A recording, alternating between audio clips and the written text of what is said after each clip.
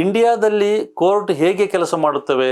District court, session court, high court ಇವೆಲ್ಲ ಒಂದಕ್ಕೊಂದು ಹೇಗೆ ಕನೆಕ್ಟ್ ಆಗಿವೆ ಗೊತ್ತಾ? ಅಥವಾ ಇವು ಬೇರೆ ಬೇರೆ ಕೋರ್ಟ್ ಅಂತ ನಿಮಗೂ ಅನಿಸುತ್ತಾ? ಇಂಡಿಯಾನಲ್ಲಿ ಸೆಂಟ್ರಲ್ ಗೌರ್ಮೆಂಟ್ಗೆ ಒಂದು ಕೋರ್ಟ್ ಸಿಸ್ಟಮ್, ಸ್ಟೇಟ್ ಗೌರ್ಮೆಂಟ್ಗೆ ಇನ್ನೊಂದು ಕೋರ್ಟ್ ಸಿಸ್ಟಮ್ ಅಂತ ಇರುವುದಿಲ್ಲ. ಇಂಡಿಯಾದಲ್ಲಿ ಒಂದೇ ಇಂಟಿಗ್ರೇಟೆಡ್ ಜುಡಿಷರಿ ಇದೆ. ಅಂದ್ರೆ ಸಣ್ಣ ಊರಿನಲ್ಲಿ ಸಿವಿಲ್ ಕೋರ್ಟ್ನಿಂದ ಹಿಡಿದು ದೆಹಲಿಯ ಸುಪ್ರೀಂ ಕೋರ್ಟ್ ವರೆಗೂ ಎಲ್ಲಾ ಕೋರ್ಟ್ ಒಂದೇ ಹೈರಾರ್ಕಿ ಭಾಗ. ಹೈರಾರ್ಕಿಯ ಟಾಪ್ ನಲ್ಲಿ ಸುಪ್ರೀಂ ಕೋರ್ಟ್ ಇರುತ್ತೆ, ಅದರ ಕೆಳಗೆ ಹೈಕೋರ್ಟ್, ಅದರ ಕೆಳಗೆ ಡಿಸ್ಟ್ರಿಕ್ಟ್ ಕೋರ್ಟ್. ಇಲ್ಲೇ ಒಂದು ಇಂಟ್ರೆಸ್ಟಿಂಗ್ ವಿಷಯ ಇದೆ. ಡಿಸ್ಟ್ರಿಕ್ಟ್ ಕೋರ್ಟ್ ಮತ್ತು ಸೆಷನ್ ಕೋರ್ಟ್ ಎರಡು ಬೇರೆ ಕೋರ್ಟ್ಸ್ ಅಲ್ಲ. ಬಹುತೇಕ ಜಿಲ್ಲೆಗಳಲ್ಲಿ ಒಂದೇ ಜಡ್ಜ್, ಆದರೆ ಎರಡು ರೋಲ್ಸ್. ಸಿವಿಲ್ ಕೇಸ್ ಕೇಳಿದಾಗ ಡಿಸ್ಟ್ರಿಕ್ಟ್ ಜಡ್ಜ್, ಕ್ರಿಮಿನಲ್ ಕೇಸ್ ಕೇಳಿದಾಗ ಸೆಷನ್ ಜಡ್ಜ್. ಇದೇ ಜಡ್ಜ್ ರೂಲ್ ಮಾತ್ರ ಚೇಂಜ್ ಆಗಿರುತ್ತದೆ.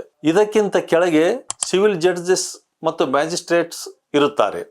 ಅವರು ಸಣ್ಣ ಮಟ್ಟದ ಸಿವಿಲ್ ಮತ್ತು ಕ್ರಿಮಿನಲ್ ಕೇಸಸ್ ಹ್ಯಾಂಡಲ್ ಮಾಡುತ್ತಾರೆ.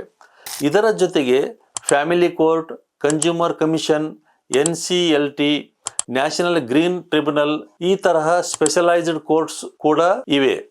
ಅವು ನಿರ್ದಿಷ್ಟ ರೀತಿಯ ಡಿಸ್ಪ್ಯೂಟ್ಸ್ ಮಾತ್ರ ಹ್ಯಾಂಡಲ್ ಮಾಡುತ್ತವೆ.